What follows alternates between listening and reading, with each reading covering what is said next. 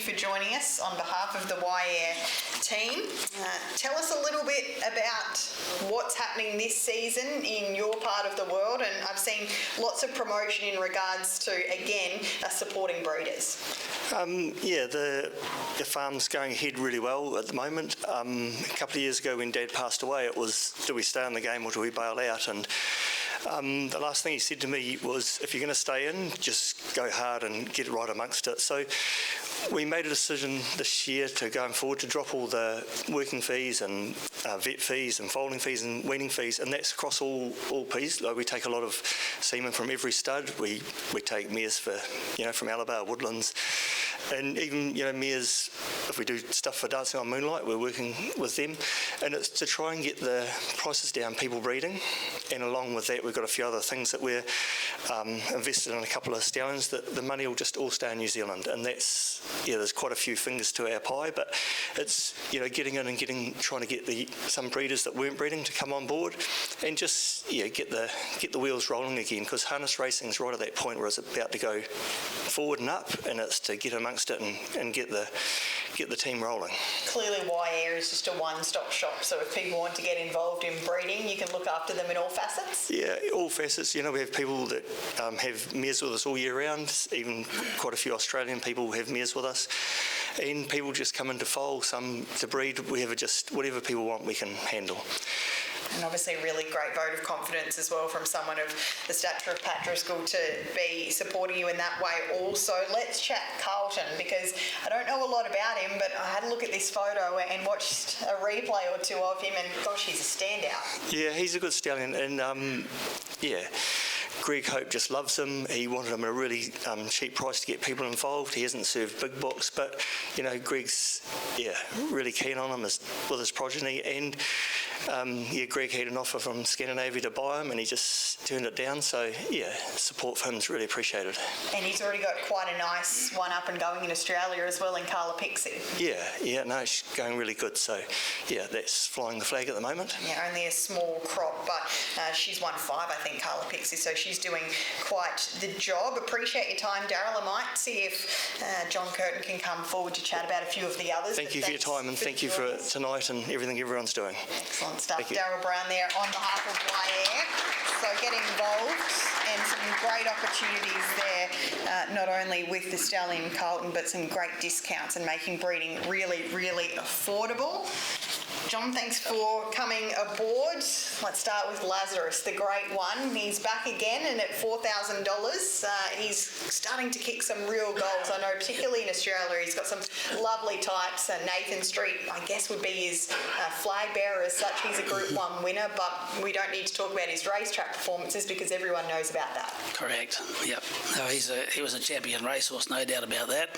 But siring career has been a bit tough because of his fertility problems in Australia, and but it's still first crop in New Zealand, just 15 foals, and he's got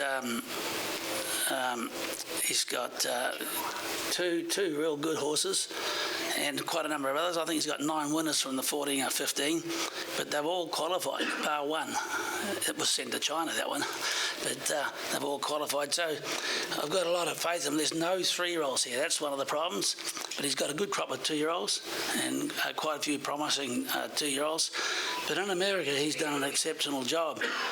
His first crop of 4-year-olds, 5-year-olds in America, that one, they're averaging $100,000 a horse for every foal born in that first crop, and he's got 90% winners to foals in that first crop, 90%. And it's a tremendous, most stallions, if they get 50%, they're doing good, but he's got 90%, so they all get to the race and they all win. Yeah, well, we've spoken about Nathan Street. Jeremiah's doing a great job here. Avuka Fellis, of course, is a millionaire in America as well. He was part of that first crop. So that's Lazarus, and he's now at Eyre. Yes. So tell us about the reason behind that move. Oh, well, I think Eyre made a move to buy the horse, and as a result, they got him. Large syndicate in America owned the horse, so it wasn't a very difficult job, but it was difficult to find somebody to pay that money for the horse. So very happy that Eyre's got the horse. no question that they've really come on in their approach to the harness racing game this year with the stallions that they've got. And finally, US captain. Tell me a little bit about him, because I think he's had an obscene amount of 150 miles in his career, a son of Captain Treacherous as well. He needs no introduction. So at $3,000, he looks great value.